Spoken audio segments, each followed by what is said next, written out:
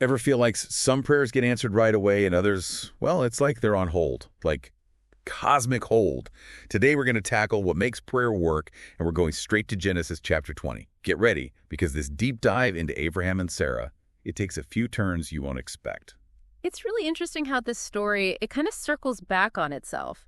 You know how Abraham said Sarah was his sister way back in Egypt, out of fear? Oh yeah, right?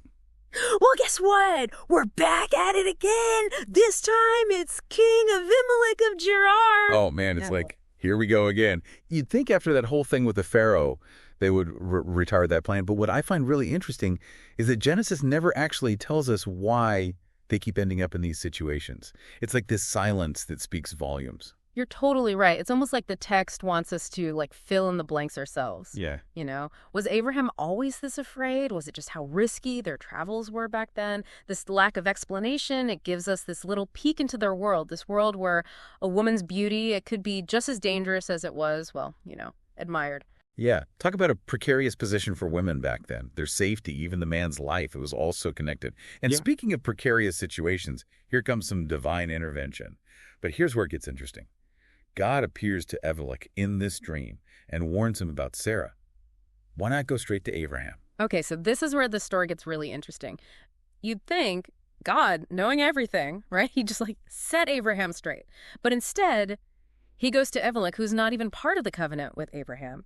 This just shows you how God's justice, his awareness, it reaches way beyond just, the chosen people. It's like his moral compass, it isn't limited by those religious lines, which I like, but it still makes you wonder, why not just stop Abraham directly? It all comes back to one thing, free will.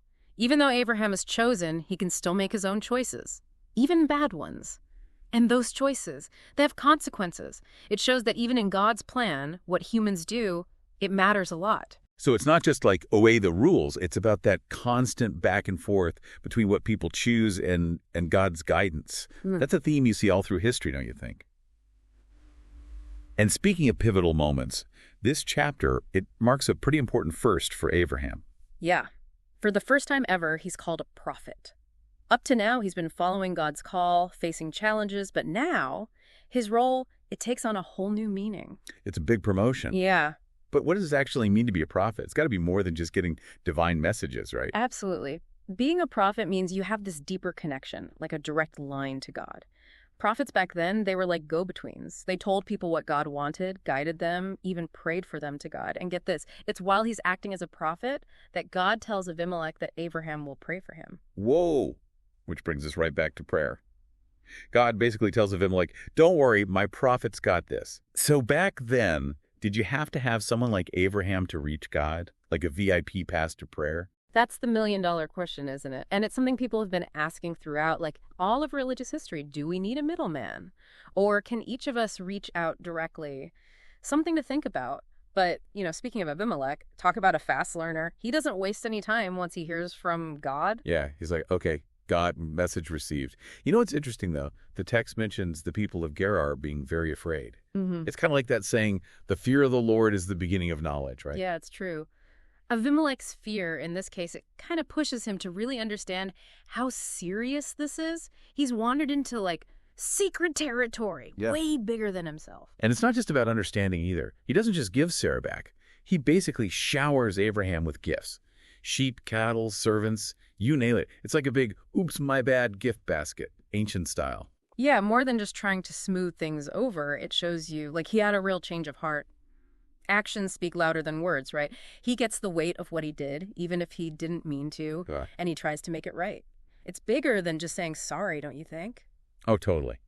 But there's one gift that really stood out to me. That silver he gives to Sarah. 1,000 pieces. That's a lot, even back then. Oh, yeah, definitely not chump change. It wasn't just a parting gift, It was meant to clear her name, make sure people saw her as honorable again. It really makes you think about how important reputation was back then, how easy it was for a woman to, lose her good standing. And let's face it, Abimelech's admitting that Abraham's fear wasn't totally crazy. He's basically saying, look, in this society, you were right to worry about your wife's safety. Makes you realize how vulnerable women were back then. How their voices, they weren't really heard the same way. Definitely. Their security depended so much on the men around them. What Abimelech does, it kind of pulls back the curtain on how power worked back then. You know, Right, this yeah. wasn't just a story, it was their reality. It adds a whole other dimension, right? It's not just about Abraham and Sarah, it's about the entire world they lived in. And after all these twists and turns, we get to this really powerful moment of healing at the end. Abraham prays for Abimelech and God. He heals Abimelech, his wife, even all the women in his household. Talk about the power of prayer. It is, but it doesn't quite have that happily ever after feel to it, you know, because the text, it never says if Abraham actually talked to God about what he did. So there's this loose end, this tension. So true. We see how sincere Abimelech is, how merciful God is. Yeah. But what about Abraham owning up? Did he pray for forgiveness for his part in all this? And that silence, the fact that it's just dot left hanging, that might be the most interesting part of the whole thing. It's almost like it's asking us, what would we be thinking if we were Abraham? What would we do? It makes it personal, don't you think? It really does. It makes us think about more than just what we do, but like the consequences and how what we do affects other people. It's easy to just focus on the big stories about faith.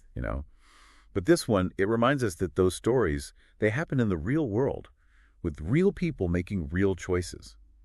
And it's in those choices that things get kind of complicated for us, for our beliefs. And isn't that where we learn the most, when we face those hard truths? When we're okay with not knowing everything? That's how we grow. It makes you realize that having faith, it's like a journey, not just a destination. And sometimes it's those unanswered questions that really help us figure things out, keep us searching for something more. That's a great way to put it. Those questions, that struggle, that's how we really start to understand ourselves and maybe even the divine. Well said. It's been quite a journey, wouldn't you say? Taking this story from Genesis, which seems so simple on the surface, and finding all this depth to it. It really has. Well, thanks for joining us for this deep dive into Genesis chapter 20. And remember, sometimes those unanswered questions, they light the way forward better than any answer could. Until next time.